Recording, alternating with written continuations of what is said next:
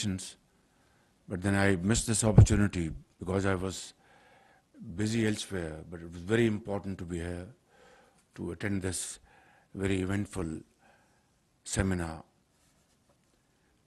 I will not repeat what has been said here, but certainly like to refresh my memories of last year's devastating flash floods out of climate change, which damaged very large swaths of Pakistan's fertile land. Standing crops were all washed away.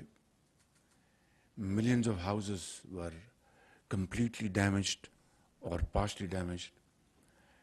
And I saw for myself, flying over Sawat Valley, hotels which were built in the middle of riverbed, they were completely demolished.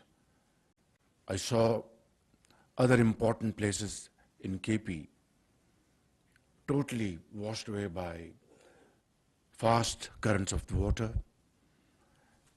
The province of Sindh looked like Indus River flowing all over.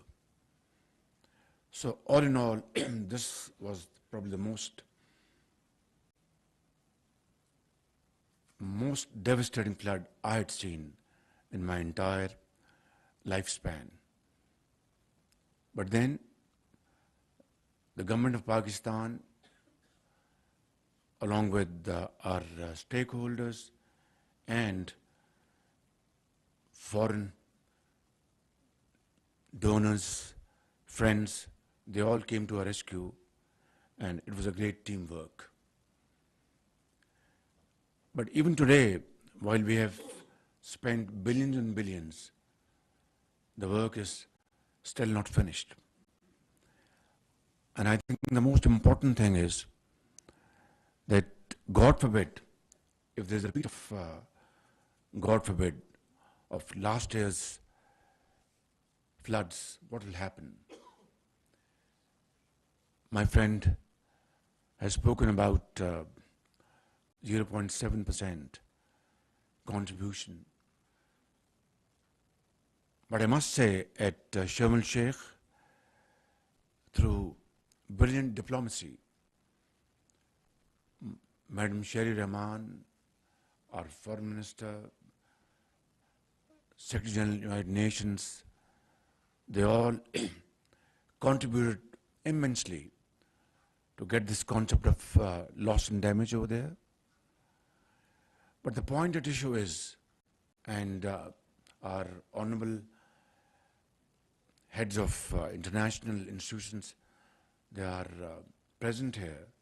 I'd like to submit this point for their very kind consideration, that what is the fault of the countries like Pakistan having no contribution in greenhouse emissions? Our contribution is less than 1% probably, and yet we face this crisis of unknown consequences, and then suffer not for 1 year, but for decades. This is something I think we need to really ponder over, because, and then in the end of the day, we are granted loans to be paid back, and then granted loans again to be paid back. This is a vicious cycle, and this needs to be addressed to in its real perspective. So what is the solution? I think that is for this August Assembly, represented by great experts, great minds, to advise the government of Pakistan as to how to deal with this menace. Because just hoping that it will not happen will not work. I mean, if, God forbid, we have even a semblance of last year's devastation, what will happen? We are still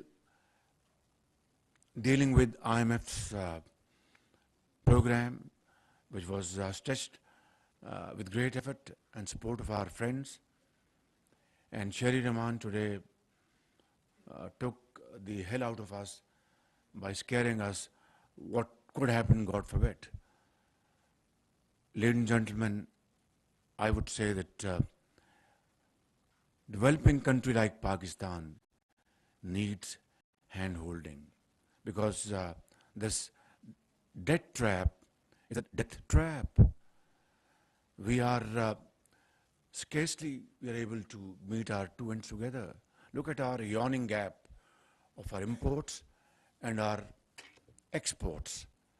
And then to fill the gap is a very big challenge. And then on top of that, if we have such terrible natural accidents, then we need extra money to deal with that particular situation. I think this is the question we need to answer, and I'll plead with all of you to kindly think of it and come forward with solid recommendations which can then be implemented in letter and spirit.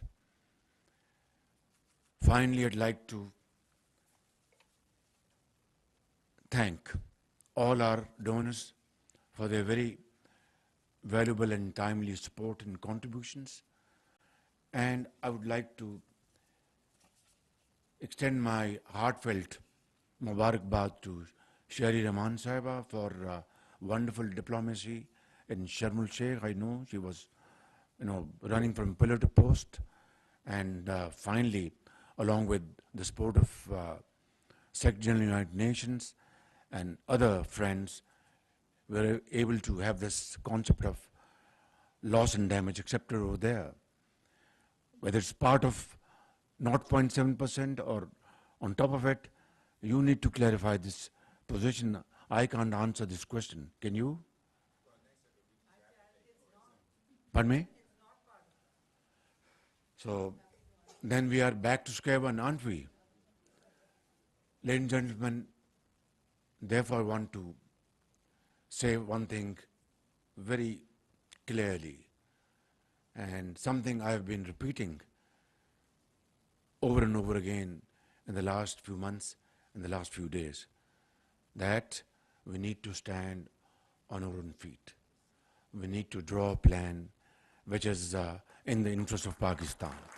We need to work hard. We need to work untiringly, because after all, such calamities have hit other countries as well.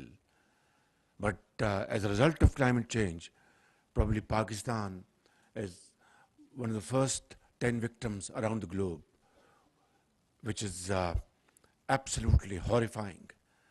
And it can happen to another country with no fault of that country, like ours.